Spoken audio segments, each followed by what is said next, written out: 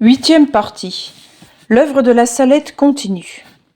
25e jour. Les missionnaires de Notre-Dame.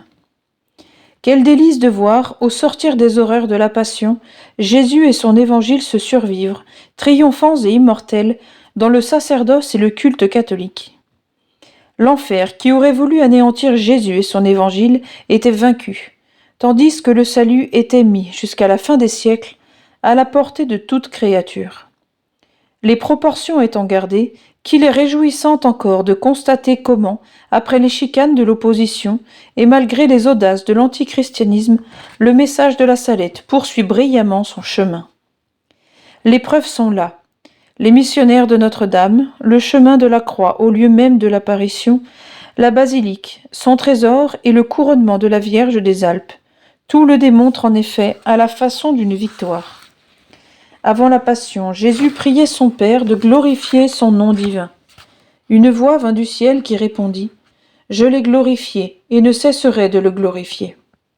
Il semble que Dieu a pu tenir le même langage à sa mère. « Je vous ai glorifié, ô ma mère, sur les montagnes de France. Mais je veux vous glorifier jusqu'aux extrémités du monde. » Allez donc, intendez, marchez de succès en succès, prospérez procédez, et soyez reine de la terre, et regna. Premier point, les missionnaires de Notre-Dame. Nous entendons par là une société de prêtres établie pour desservir le pèlerinage et prêcher le message de la Salette. Ce sont, en d'autres termes, les apôtres attitrés de la Vierge des Larmes. Jusqu'en 1852, le pèlerinage n'avait eu à son service que le curé du village, monsieur l'abbé Perrin et son frère, prêtres comme lui, venus pour lui prêter main forte. Mais il fallait se partager entre la paroisse, qui réclamait de droit les premiers soins de son pasteur, et le pèlerinage, qui de plus en plus sollicitait des faveurs. Comment en effet quitter la Sainte Montagne sans les grâces de la confession et de la communion ? C'était trop de besogne. Ce fut bien vite besogne impossible. Aussi, malgré leur vaillance, ces deux premiers chevaliers de la Belle Dame furent obligés de rendre les armes et de crier grâce. Monseigneur de Bruyères résolut de les remplacer par des missionnaires. De fait, comme il voulait élever un sanctuaire sur le plateau, il était logique qu'à ce sanctuaire il attachât des prêtres qui le desserviraient. Cette double résolution, le prélat la fit connaître à son diocèse par son mandement du 1er mai 1852. Il y disait, entre autres choses, « Ces prêtres seront appelés les missionnaires de Notre-Dame de la Salette. Leur création et leur existence seront, ainsi que le sanctuaire lui-même, un monument éternel, un souvenir perpétuel de l'apparition miséricordieuse de Marie. Ces prêtres, choisis entre beaucoup d'autres, pour être les modèles et les auxiliaires du clergé des villes et des campagnes, auront une résidence habituelle dans la ville épiscopale. Ils séjourneront sur la montagne pendant la saison du pèlerinage, et pendant l'hiver, ils évangéliseront les différentes paroisses du diocèse. C'est donc un corps de missionnaires diocésains que nous instituons dès à présent, que nous voulons vivifier et agrandir de tout notre pouvoir, au prix de tous les sacrifices, et avec le concours de nos pieux diocésains et surtout de notre bien-aimé clergé. Son appel fut entendu, et le 25 du même mois, en bénissant la première pierre de la future basilique, il installait les premiers apôtres de Notre-Dame. L'un d'eux, monsieur l'abbé Sibylla, prit la parole en leur nom. Son allocution fut émouvante. L'assistance pleura de joie, car elle voyait s'ouvrir devant l'œuvre de la Salette un bel avenir de religieuse prospérité. Bien rudes furent les débuts des missionnaires. Leur rustique demeure en planches ne les préservait ni du froid ni de la pluie. Mais la moisson était grande. Ils se mirent joyeusement au travail. D'ailleurs, on ne devait pas mourir plus vite au service de Notre-Dame de la Salette qu'au service de n'importe quelle cause. En 1898, vivait encore sur la Sainte Montagne un des fondateurs de la mission. Il était âgé de 83 ans, il en avait consacré 47 à la Vierge des Alpes. C'était le révérend Père Archier qu'on ne pouvait voir ni entendre sans une sorte de vénération. Prêts à tout labeur, les missionnaires de la Salette l'étaient assurément. Mais eux tombés au champ d'honneur, comment les remplacer ? Cette question de recrutement se posa d'elle-même. Vers la fin de 1875, survint monseigneur Favat, qui succédait à monseigneur Paulinier sur le siège de Grenoble. Il trancha la question. En donnant d'une part à l'Institut des missionnaires sa forme définitive, il lui adjoignit de l'autre une école apostolique. Elle fut établie dès l'année suivante 1876. C'était on ne peut mieux, car elle formerait des missionnaires dont ne manquerait jamais Notre-Dame, et qui, de plus, pourraient étendre leur action au-delà des limites du Dauphiné. Dieu les bénit.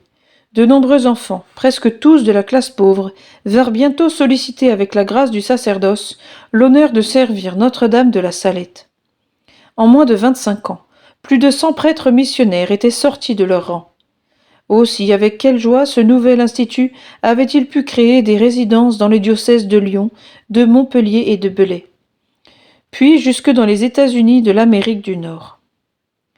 Il est intéressant de suivre les élèves de cette école apostolique.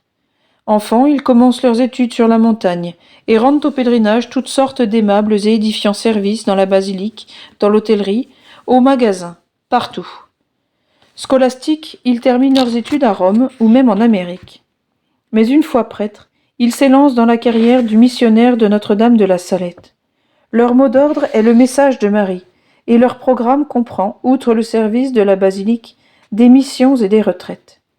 Ils se font un filial bonheur, et qui pourrait bien le leur reprocher, de raviver les œuvres nées des larmes de leur divine mère, comme l'archiconfrérie de la réparation des blasphèmes et de la profanation du dimanche, l'œuvre dominicale, les auxiliaires du purgatoire, les vocations tardives et d'autres encore. Pour être complet, le service du pèlerinage de la Salette demandait des religieuses qui s'occuperaient de l'hôtellerie des dames. Les sœurs de la Providence de Corinque, près de Grenoble, se dévouèrent les premières. Monseigneur Paulinier voulut mieux encore. Des hospitalières d'élite, c'était bien. Des adoratrices perpétuelles du Saint-Sacrement en réparation des crimes dénoncés par la Sainte Vierge, c'était plus parfait. Il institua donc, en 1878, les sœurs de la Salette. Ainsi, pain de l'âme et pain du corps, bon gîte et religieux accueil, tout est garanti sur la Sainte Montagne. Les missionnaires disent aux pèlerins : nous voulons qu'à la Salette, on soit comme chez sa mère. De fait, qui a goûté de l'hospitalité qu'ils savent donner, ne s'en souvient plus tard qu'avec reconnaissance. Enfin, missionnaires, religieuses ou pèlerins, on meurt aussi sur la Salette, et là aussi, il faut un chant du repos. Le voilà, sur le versant de cette montagne des Besses, à 200 mètres du portail de la basilique.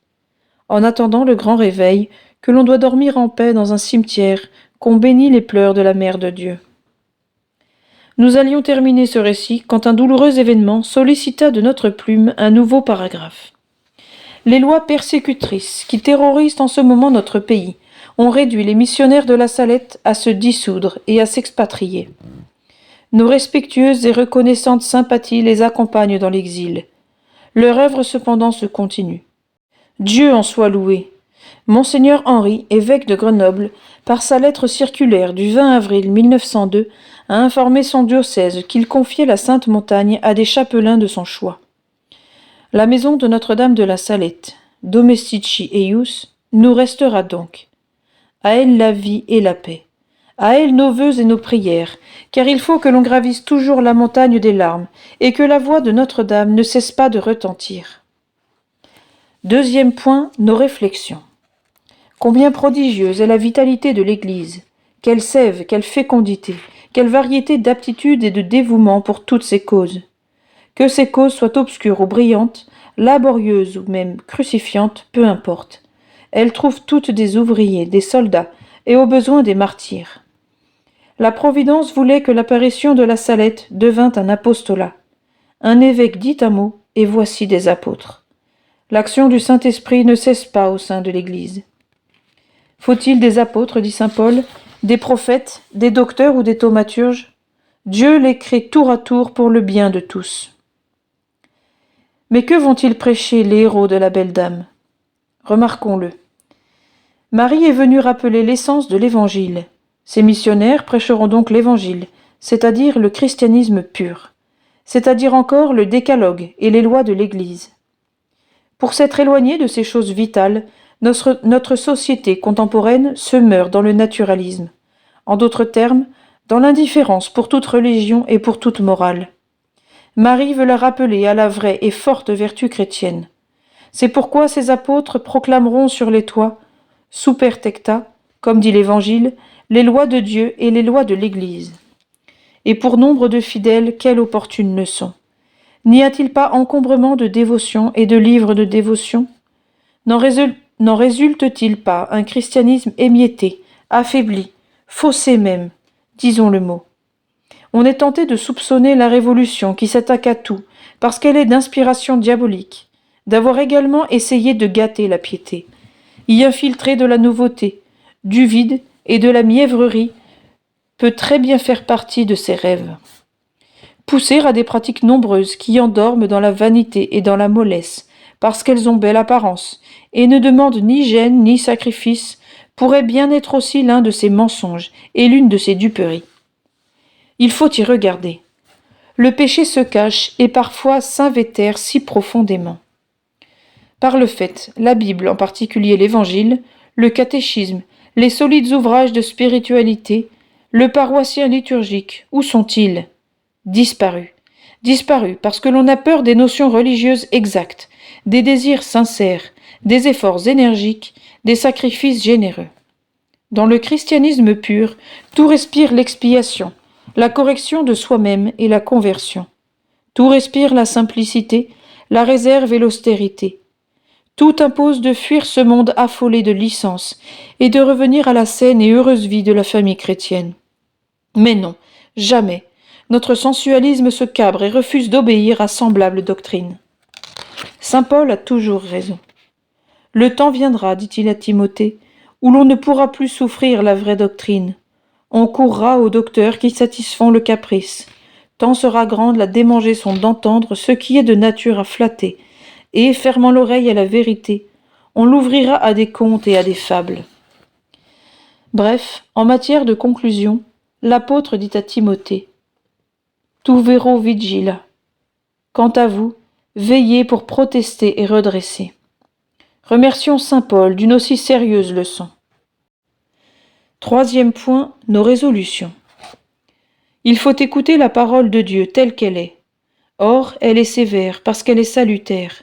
Et salutaire parce que, au moyen de la vérité divine, elle dirige et rectifie nos pensées, et qu'au moyen de la morale divine, elle dirige et rectifie notre conduite. Aimons-la précisément parce qu'elle ne nous flatte pas.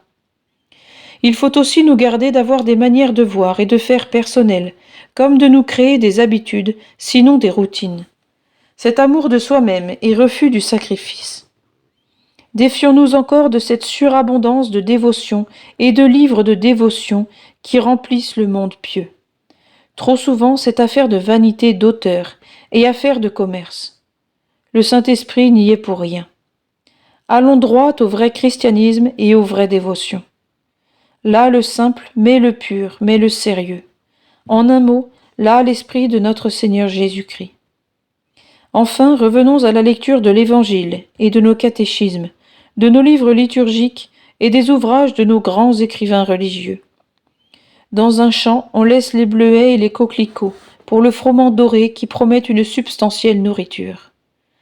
Arrière donc toute piété sans sève, sans vigueur et sans fruit. Non pas des fables, suivant le mot de saint Paul, mais la vérité, non pas l'apparence, mais la réalité. Notre-Dame de la Salette, réconciliatrice des pécheurs, priez sans cesse pour nous qui avons recours à vous.